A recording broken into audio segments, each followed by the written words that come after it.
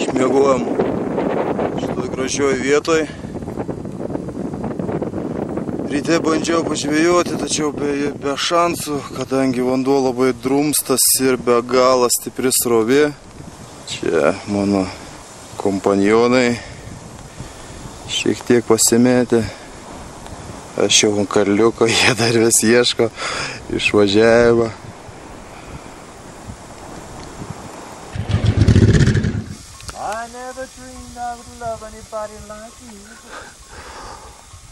Garsinimas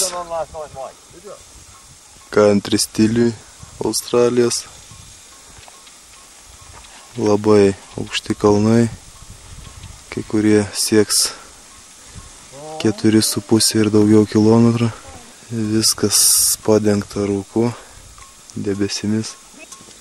Ir nežinia, nelys, bet šiaip vėsoka. Pirštinės gaila pamečiau, bet gerai, kad yra rankenėlių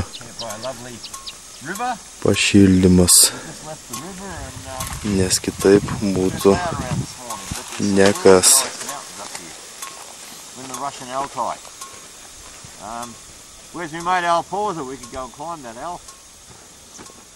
Žmogelis taip pat filmuoja ir garsina. Taigi viskas panašiai.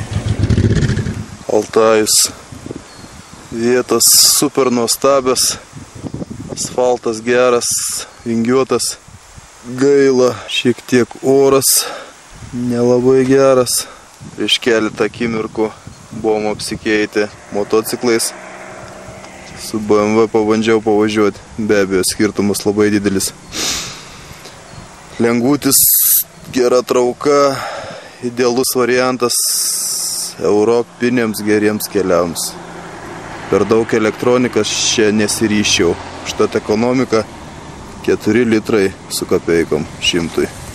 Tuo tarpu man čia reikia 6,5-7, beveik 3 litrais daugiau. Iš priekio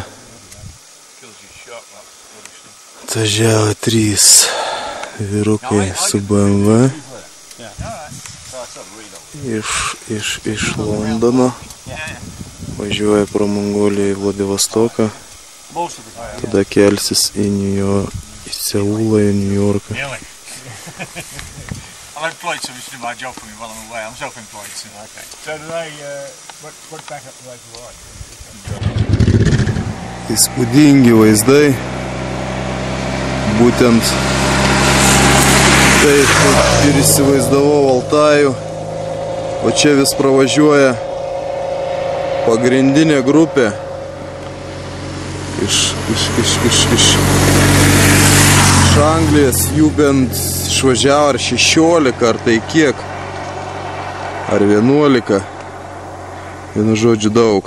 Kažkas griuvo, susilaužė koją ir taip toliau. Sustojom vienam nedideliam miestelį Altajuje, kaviniai pavalgyti. Skanu, pigu, čia pat bankomatas. Tiesa, turėjau problemų. Pirmą kartą iš vis neleido jokios operacijos įvykdyti, prarijo kortelę. Nenorėjo atiduoti, nes kortelė ne mano vardu. Antrą kartą paėmiau pinigus, vėl kortelės netidėjo. Tada kortelė atidėjo. Lengviau jau kasininkės, bet taip pat nežinau kodėl, nes Mongolijoje 2 kartus ėmiau pinigus, jokių problemų.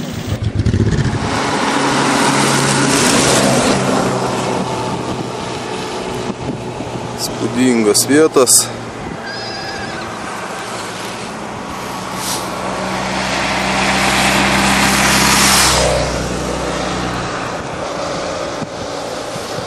Altajus Rusijos pusėje be galo gražus.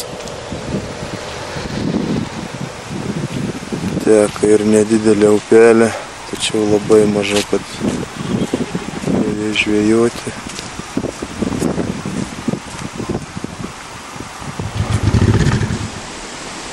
Tiesiog nerealūs vaizdai. Vėl ta pati problema. Norisi stoti ir stoti su lyg kiekvienu posūkiu. puikus asfaltas. Galima pagaliau atsipalaiduoti ir grožėtis gamta.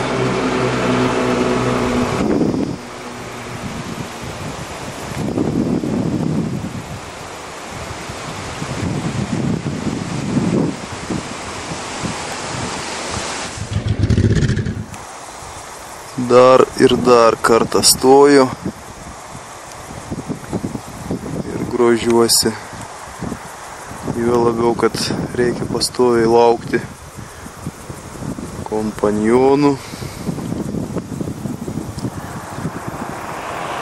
Šiaip lietų, galima sakyti, prašokam praktiškai jo negavę. Tai yra gerai.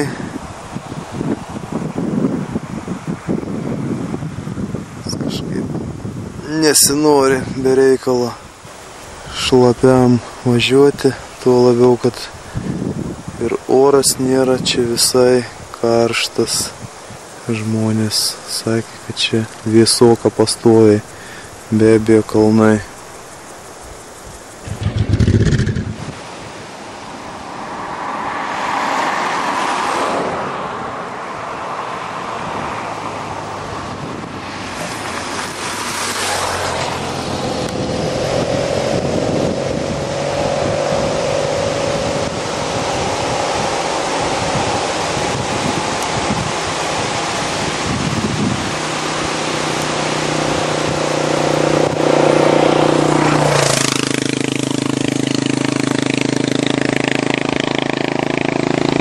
Vietų grožis tiesiog žodžiais nenusakomas.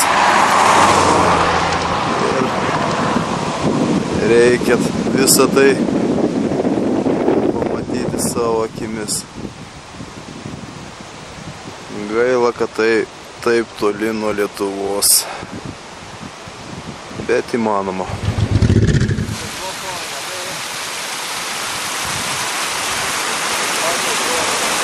Čia daugelio turistų sustojimo vieta, kadangi šalia šitų labai aukštų, nuostabiai atrodančių uolų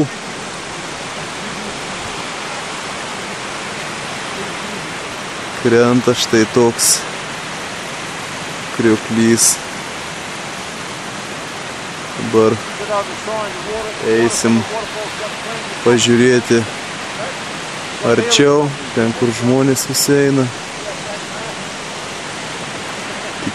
Ten turėtų būti dar įspūdingesnis vaizdas.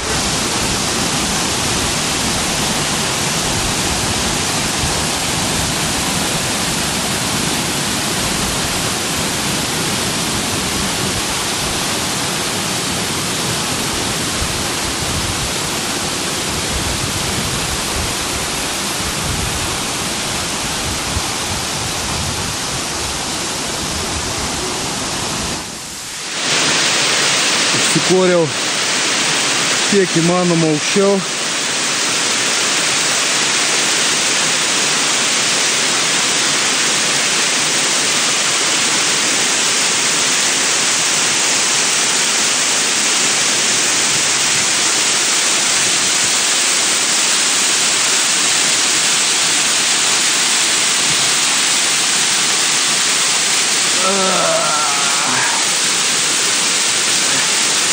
Vandens kiekis nedidelis, bet aukštai, be abejo gražu. Galima būtų dar aukščiau užlipti, bet vėl sunku. Pagrindinė federalinė trasa Altajaus ir be abejo labai daug turistaujančių žmonių įvairiais būdais.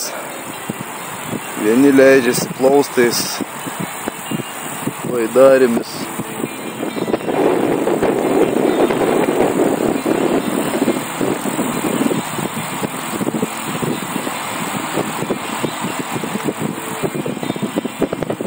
taip pat įspūdingas poilsis. Gaila, kad vanduo tokios spalvos, o neskaidrus, kai būna kalnų upės. Čia lyja nedidelis lietutis, tačiau ten tolumoje pilo kai reikalas ir šiek tiek reikia palaukti, nes matosi, kad mums į kairę, o lietus į dešinę. Taigi geriau šiek tiek lūptelėti, negu per kelias akimirkas kiaurai peršlant. Tai šiandien, tai ten juoduoja lietaus debesis. Kol kas dar prašokom pro vieną tokį.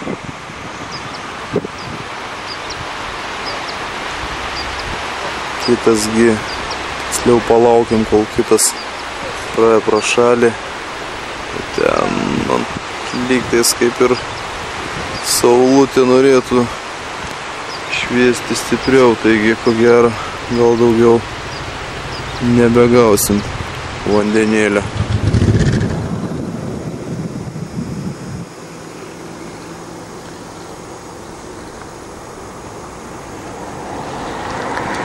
Gražios pievelės, visur pilna turistų, gana, sakykim, lyginant Rusijos masteliais, visur švaru. Ir čia perėja. Tai yra serpantinų, dabar kylam į viršų. Tiksliau kylu aš vienas, nes bičiukai mano labai atsilieka. Buvo šlapia asfaltą, žinoma, ir žmonių padangos taip pat jau nusidėvėjusios daugiau nei mano. Gal todėl šiek tiek atsargiau važiuoja, o gal šiaip šiek tiek trūksta patirties. Pakilimas labai ilgas ir status, sakyčiau.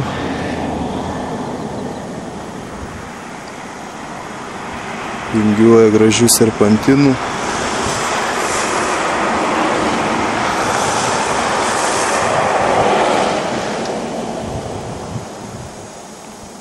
Ir dar niekaip nesibaigia.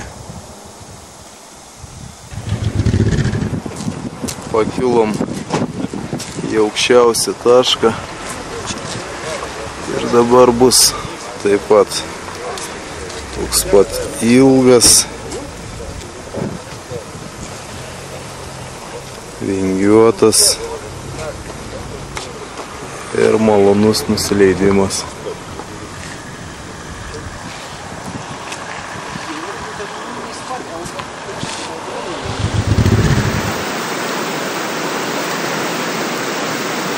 Užvalgėm ir susiradę puikią nakvynę, dar vieną Altajaus kalnuose, prie pat nerealiai gražios upės, su pagaliau švariu vandeniu. Ir galvoju, kad šį kartą turėtų pasisekti labiau, tuo labiau, kad vietinis sakė taip pat, kad piršlių yra. Ne tiek daug, kiek aukštupy, bet vis tiek bandysiu šį vakarą ir rytoj ryte.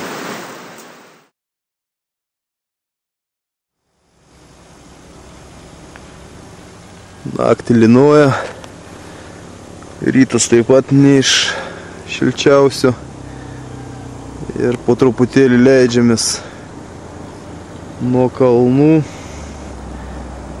bei už kokių 80 km bus ar tai baikerių, ar tai mototuristų suvažiavimas. Vieną žmogelį sutikom, sako, daug, apie kelis tūkstančių žmonių susirinkusių. Problemų techninių kol kas nieko neiškilo naujų, skyrus tai, kad galinis suportas šiek tiek, kaip čia sakyti, dar veikia, bet jau gana smarkiai apsinešiuojas, bet iki namų datrauksiu.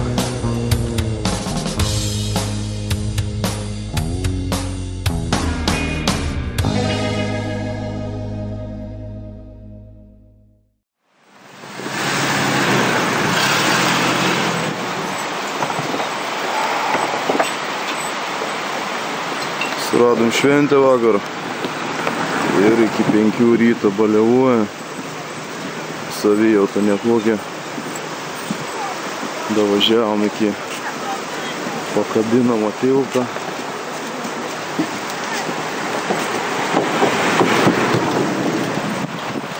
Per upę Katunį. Suguoja šiek tiek. Šiaip nieko įspūdinga, žinoma. Panašu kaip papiliai, tik šiek tiek didesnis. Čia vietos be abejo gražios.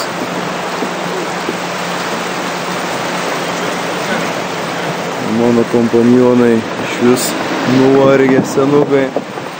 60 metų be miegas, valandą numigom, be abejo jaučiasi sunkiai.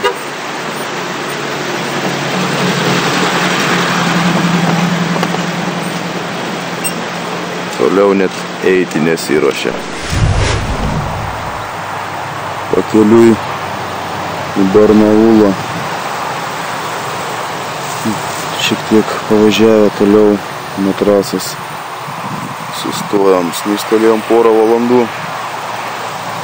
Ir vyrukai sako, kad jaučiasi žymiai geriau. Iki Barnaulą apie porą šimtų kilometrų.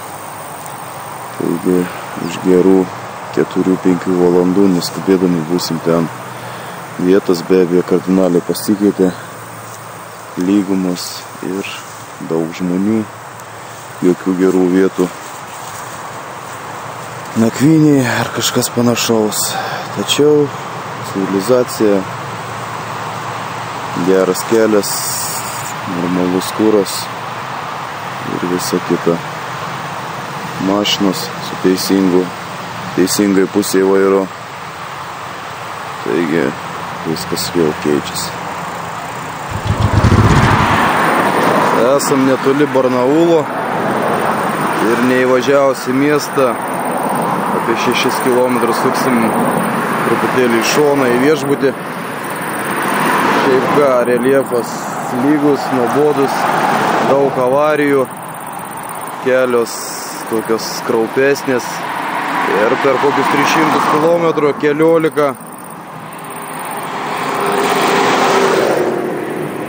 keliolika policijos patrulių. Taigi vėl viskas iš naujo.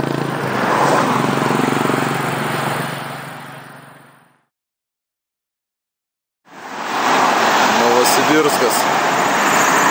Atvažiavom sutartą vietą. Prie Lenino aikštės, taip pat į centrą. Vakar iki pusė 2 su Džonu, kadangi Maikas truputį sirguliuoja, pasidėjom neprastai. Yra toks bike baras, labai gerai įrengtas bikeriškam stiliui. Čia jie keis padangas, o aš pakeisiu komplektą žvaigždės su lenciūgu, kadangi jau iš dantų nelieka nieko absoliučiai.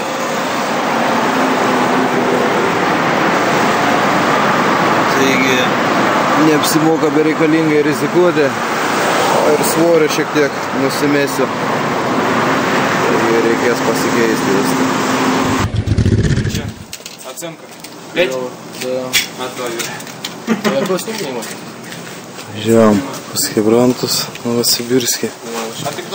Pakeičiau komplektą žvaigždės, lenciūgą, Hebra naujas padangas. Verslininkai. Pažiūrėsim, jeigu pasiūlys kažką Kur Что по протоколу? pasilikt, na, čia pasiliksiu, jeigu ne, šaibų nėra visai.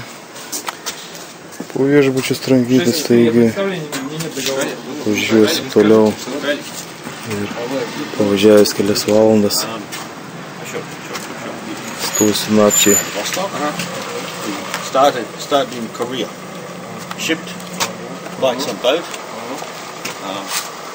Vladivostok to up here, Yakutsk. Pasakė savo legendas.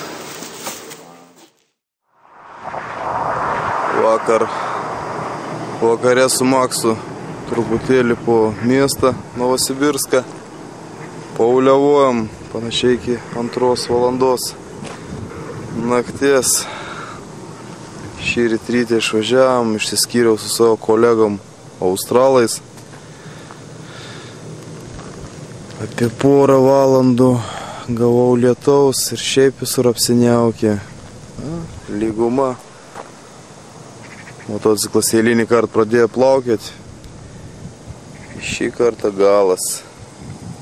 Galas 2 kartą, priekis jau 4 kartus, taigi 6 kartą padangos. Čia dar ne Ukraina ir net pradėjau abejoti, ar iš vis iki jos davažiuosiu ir ar apsimoka važiuoti, kadangi technika pradėjo smarkiai vargti ir birėti. Nespėjus permontuoti galinę padangą, pradėjau važiuoti ir pajutau, kad šoninė vibracija galia yra. Be abejo, pirma mintis tai yra guolis. Vėl eilinį kartą. Čia jau ne velnio. Ir išsiaiškinau, kad pati padanga smarkiai sumesta į šoną. Nors atrodo dar visai niega. Neįsivaizduoju, kiek aš ilgai su jie pravažiuosiu, bet greičiausiai, kad jie greitai sudėvės.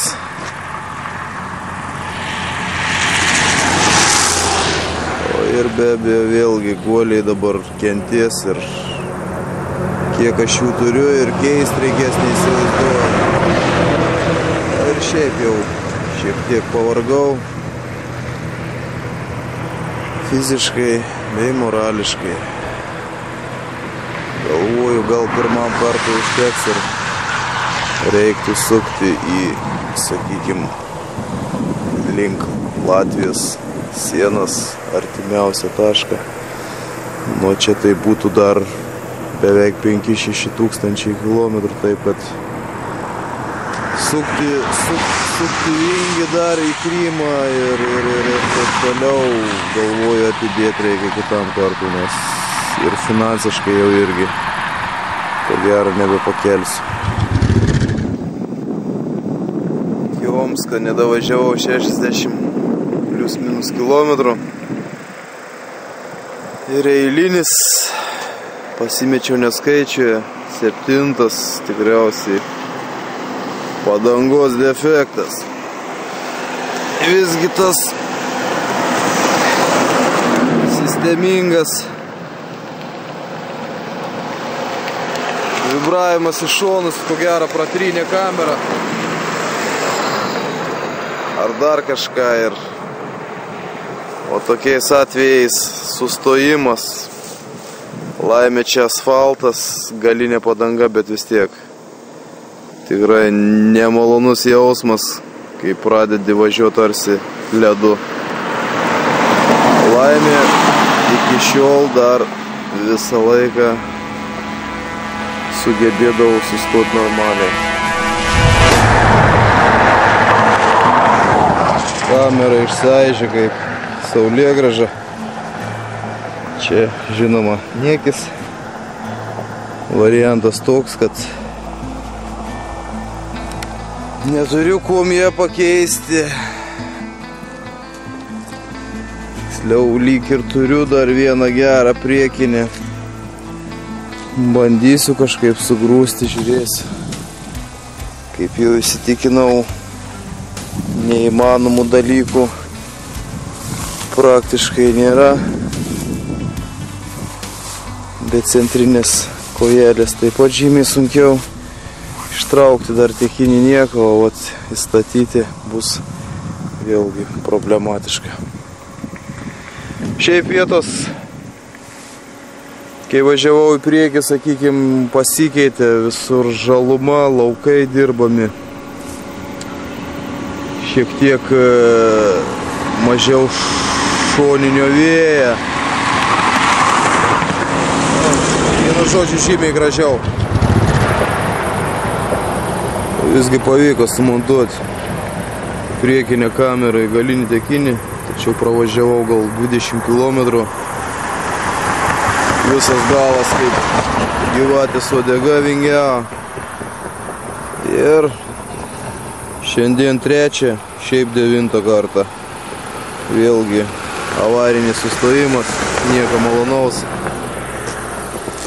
Gerai, kad prieš tai susipažinau su bičiuku indėjec iš Omsko. Paskambinau, pabandysiu surasti kamerą ir kažkokią tai dėvėtą padangą. Kitokių šansų nėra, nes šitai jau viskas. 44 km liko, bet nedatraukiau. Gal ir gerai, nes būčiau vėl vargęs su tą pačią padangą ir bereikalingai tik tais įdėjęs kamerą. Reikia keisti viską, kitų variantų nebėra.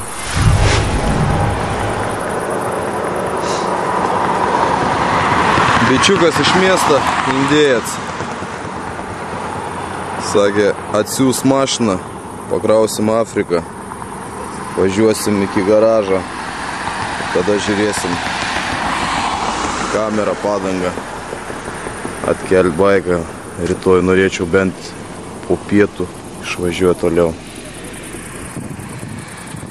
Taigi per šią kelionę antrą kartą jau teks man ir margiai pasivažinėti mašinom. Laimė šį kartą nedaug. 50 km. Aš Omske. Žmonės, kurie mane pagelbėjo man, rusiškos technikos mylėtojai, mašinos, motociklai, viskas dar sovietų. Ir radom štai tokį nerealų tekinuką, kiek kažkokios tai britvos priekinė padanga, labai žemo profilio, siaura, nežinau kaip reikės važiuoti, visą kitą, bet tikėkime svarbiausia, kad atlaikytų iki namų, toliau viskas jau nebesvarbu. Važiavimas labai sunkus, motociklas plaukė, padanga visiškai nepritaikyta galiniam ratui, tokiam motociklai. Kelis kartus užėjo lietus, tada iš vis praktiškai neįmanoma pavažiuoti. 70. Vairo kolonėlės guoliai taip pat išsinešioja, priekis taip pat plaukia. Ir nuvažiavęs 300 km, tos pačios problemos, vėl tuščias galinis ratas. Turiu dar vieną kamerą, bandysiu permontuoti ir ko gero skambinsiu naujiems pažįstamiems atgal į Omską, kad Tiumenė, iki kurios liko 350 km, jeigu pasiseks, datrauksiu iki jos. Ten žmonės, kad suieškotų neblogą, gyvą, dar normalią endurinę padangą 17 su kamera. Nes su šita tai aš nedavažiuosiu jokiais būdais. Važiavau Tiumenį, taigi šiandienai 650 km, labai sunkiai, beveik visą kelią daugiau ar mažiau lyja, su tokia padanga važiuoti labai sudėtinga, netgi sauso asfalto, o kai drėgnas ir kažkodėl jis čia labai slidus, gal todėl, kad temperatūra oro kiek daugiau negu 10 laipsnių šilumos, panašiai 12-13. Bet susiradau tokį, sakykime, sodybą netoli nuo trasos. Kuklė, be patogumų, bet švaru, jauku, galės normaliai išsimiegoti. Su vakarienė apie 40 litų. Geriausias variantas, nes kažkur jau gamtoj, tai iš vis jokių šansų. Sušalau per dieną. Reikia ilsėtis. Rytoj tikėsiuos geresnio orą. Pravažiuoti Čelebinską, iki kurio dar 650 km. Ir toliau traukti.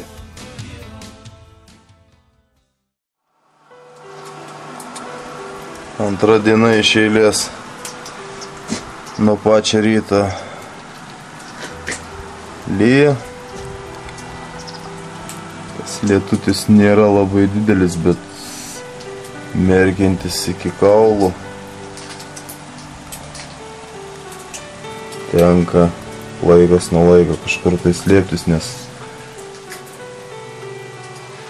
ir šalta, ir šiaip bjauru. Judėjimas gana nemažas. Aš pavažiuoti negaliu, mėta į visas pusės. Taigi kilometražas neina nė velnio ir absoliučiai jokios prošvaisos. Nors jie atrodo ir yra danguje, bet kiek bevažiuotum, valandų valandas, vis tas pats, vis linuoja ir linuoja ir linuoja.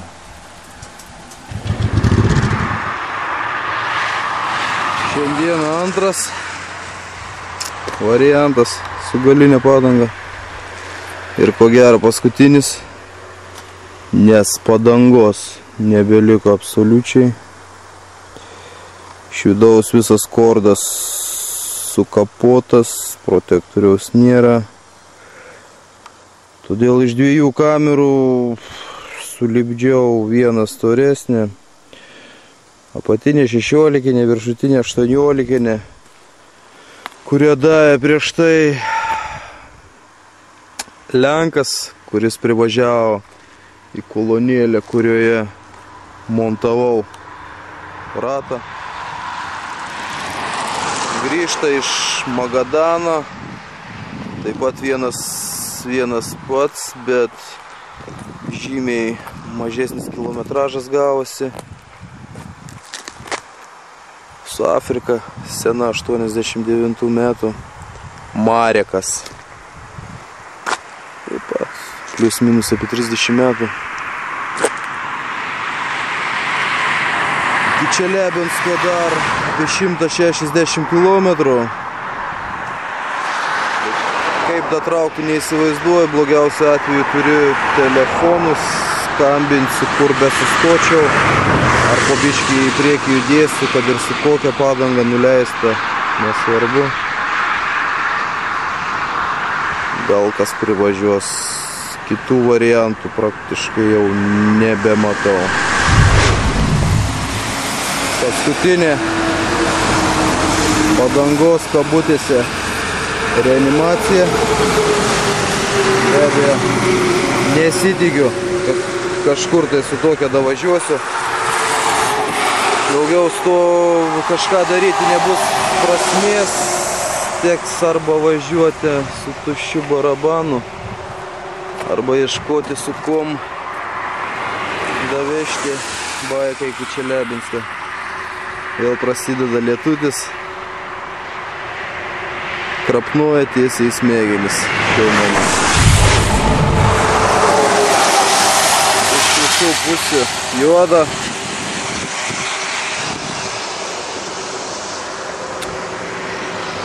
Ir reanimacija šiek tiek, bet ne iki galo padėjo. Į miestą liko plus minus 50-60 km. Ir turim, ką turim.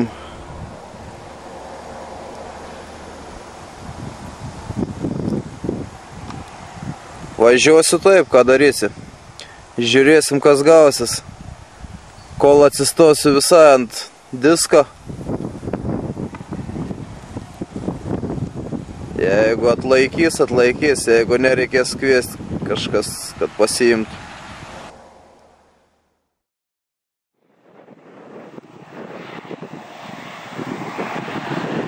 Šešis ryto. Ir nakvynė šiąnakt buvo nekokia, drėgna ir šalta, kadangi tiktais apie 3 valandą, pusė 3 kažkur pavyko sutvarkyti ratą tiksliau. Vieną kartą atvežė padangas dėvėtą su kamera rusiška 18-inė. Tačiau kamera pasirodė kiaura. Aplinkui niekas nedirbo arti, todėl žmogus išvažiavo vėl į Čeliabinską, tai 80 km. Ir kai jau grįžo, permontavau po pusė 3. Dabar, kadangi miegoti taip pat ne pats didžiausias malonumas, kelsiuos ir važiuosiu toliau. Šiandien bent kol kas diena prasidėjo neblogai. Padanga normali. Tiesa, šalta. Ryte iš vis smarkiai. Po truputėlį pradeda šilti. Pavalgiau, miegas labai ima, todėl prasideda Uralo kalnai ir vietos žymiai gražesnės. Vieną tokią netoli ežeriuko susiradęs. Šiek tiek nusnausiu, nes labai sunkiai važiuojasi. Akis tiesiog limpa.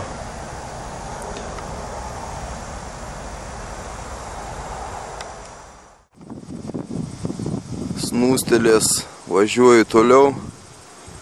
Įpusėjau Uralą. Be abejo, ne Altajus. Bet vis vien gražu. Kiek vėsoka. Kol kas nelyja ir tai gerai. Nupirkau vienam iš prekybos taškų, kurių čia yra be galo daug, peilį, kurie daromi Urale. Su pinigais teko pavargti, vos ne vos įkišau 50 savo dolerių parudavusio ir dar 400 rublių.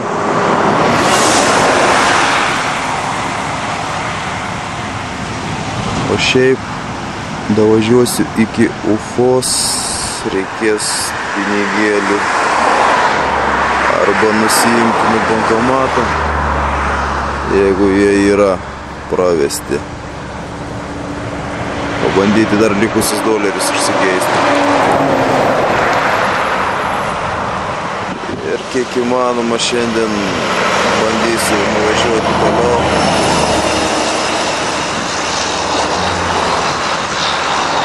Iki namų plius minus nepilni 3000 kilometrų. Truputėlį užvalgęs. Sutikau keletą motociklistų taviniai iš Ufos.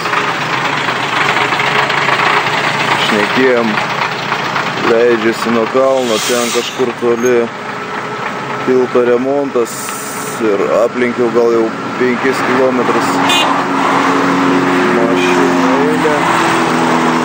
Priešingai pusėje tas pats. Dar laukia žmonės savo eilės. Laimiai aš su motociklu ir laukti ilgai netenka. Pravažiavau Uralą. Šiandieną žymiai sekasi geriau ir nuotaika visai kitokia. Kol kas negavau lietaus ir nelabai atrodo, kad jo bus, o štai šilumos netrūksta. Ryte išvažiavau, buvo labai šalta.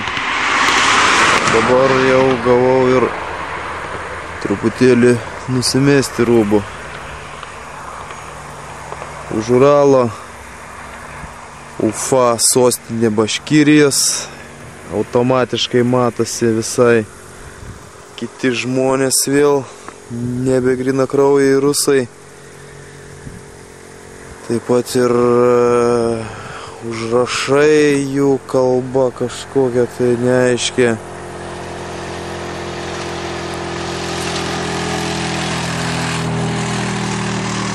Nelabai patiko ir užeigos, kur sustojau valgyti. Tiesa, vienoje jų furistas užsiminė, kad vakar matė Lenką, kuris pametė galinį tiekinį, spėjau, kad tas pats, kuris man padėjo.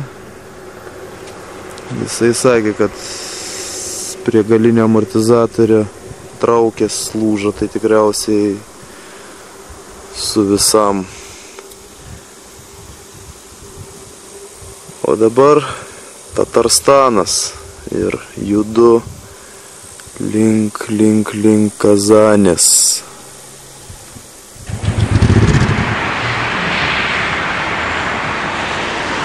Diena eina į pabaigą, oras geras, tai gerai, kelias geras. Ką tik pravažiavau nerealaus dydžio upę, greičiausiai Volga, tai irgi gražu. O štai už jos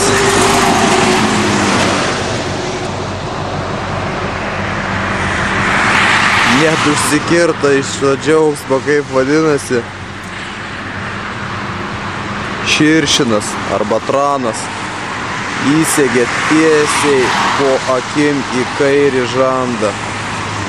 Taigi ieškosiu kuo greičiau nakvynės ir bandysiu tepti nuo alergijos, gerti vaistus ir taip toliau. Kitu atveju poryt, netgi rytoj, ko gero, jau nieko nebematysiu. Bent jau vieną akim, tai 100%.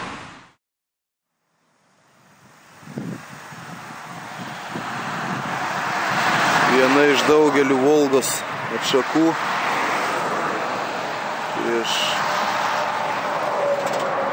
kelis kilometrus pravažiuodamas Kazanę kirtau ir Volgą. Be proto didelė ir graži upė su daug salų, kuriuose gyvena žmonės, pastatytos jachtos, kateriai. Šiaip oras geras, truputėlį traukia ant lietaus. Naktį taip pat gavau persibazuoti, užsimesti tentą, nes pradėjo lašnuoti. Laimiai žandas neištino tiek smarkiai, kiek galvojau. Ir šiandien visai neblogai jaučiuosi. Iki Maskvos dar nepilni 800 km. Visko gali būti, kad sudarytas, kad iki vakaro davažiuosi iki Maskvos. Jeigu indėjas jau bus parvykęs, reiškia, praleisiu naktį pas jį, o jeigu ne, teks palaukti rytojaus, kadangi noriu, kad žmogus aprodytų Maskvą. Visgi bus įdomu pažiūrėti. Kažkada buvau prieš 16 metų, bet žinoma, darai nieko nepažiūrėjau. Privažiavau Maskvą. Stoviu ant šiaurinio apvažiavimo. Čia turėtų atvažiuoti indėjas, pasiimti mane. Jeigu teisingai vienas kitą supratom, judėjimas vakare, kol kas nelabai matosi, kad čia didelis, nors iki čia buvo žymiai didesnis. O šiaip nuo pačio Nižnij Novgorod apie 450 km įspūdis toks, kad važiuoji viena gatve. Asfaltas geras, tačiau kaimas ant kaimo. Gerai, kad greitis vis tiek mažiau 80 nekrenta. Tiesa, vienoje vietoje mentai sustabdė. Kirtau ištisinį, bet istorija ta pati. Gazdina, nepasirašai ir paleidžia. Dar sutikau panašiai apie 600 km nuo Maskvos prie kavinės vienos žiūriu lietuvių mašiną. Užkalbinau lietuviškai, o tas gaidys net lietuviškai nešneka. Tas dar ne viskas, pasirodo, kad iš Mažeikių dirba gamykla ir taip toliau. Buvo atvažiavęs aplankyti tėvų. Visą kelionę žmonės klausė, kodėl pribaltai nemėgsta rusų.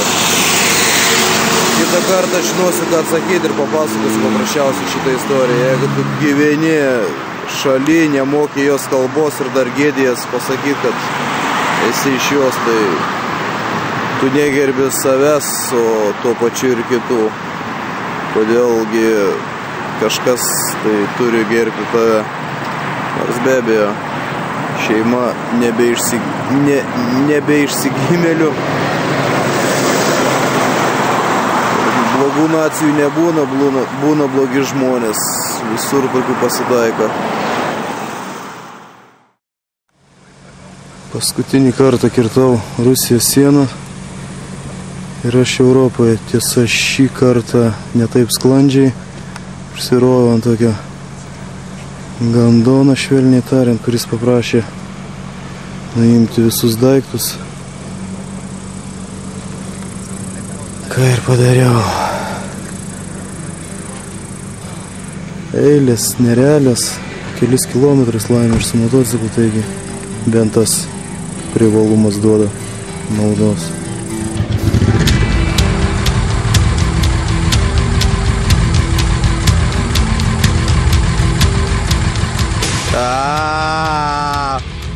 Šiandien ryte išvažiavau iš Maskvos, pusė 11 vakare būsiu namuose Mažeikiuose. Tiesa, netoli sienos Latvių policija sustabdė vietoj 50-85, bet papasakau istoriją, jiems patiko, nelabai noriai, bet visgi paleido. 60 latų bauda. Kebra, sakau, pinigų neturiu, darykit, ką norit. Paleido.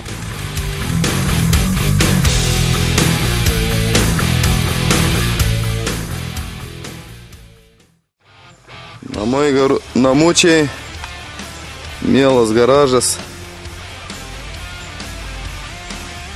Lediniaus juodulys, kurį šiandien be abejo atgaivinsim. Viskas tvarkoj.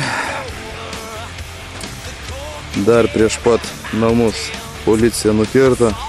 Vietoj 50-25, bet laimė istorija sugraudino kelionės ir paleido. Taigi viskas gerai, bet reikia pradėti jau atsiminti, kad Lietuva nebe Rusija ir šiaip nebeišsisuks lengvai.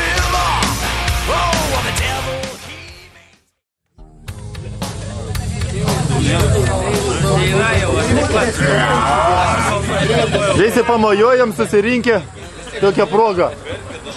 Mojojam rankytėm, ko sėdite. Va, toliau. Va. Merginas mojojam, ko nemojojam.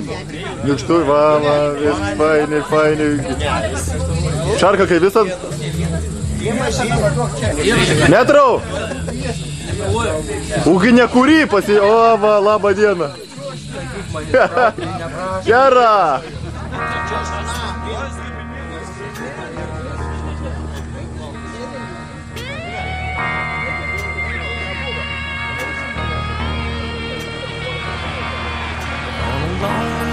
Some highway east of Omaha.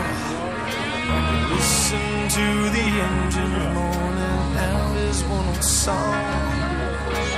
Think about the woman, the girl you knew the night before.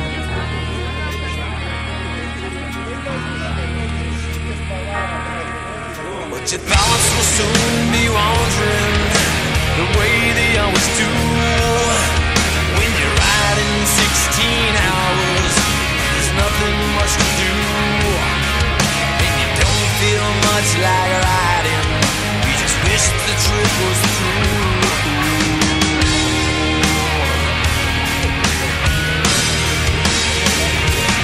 Here I am, on the road again.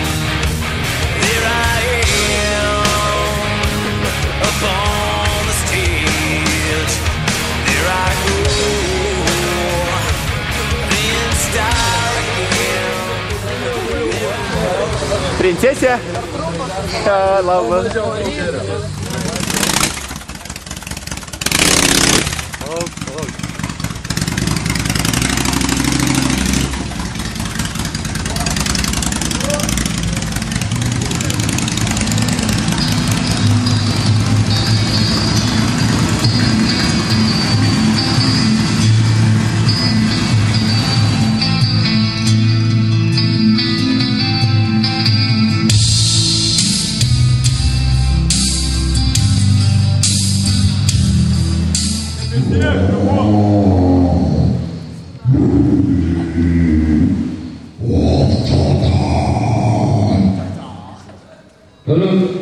Все потракало.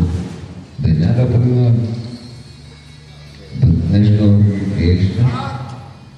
Хуй.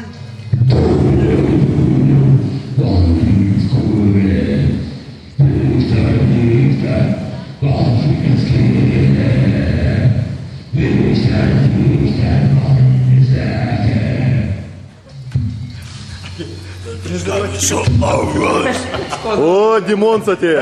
Сейчас запою, бля.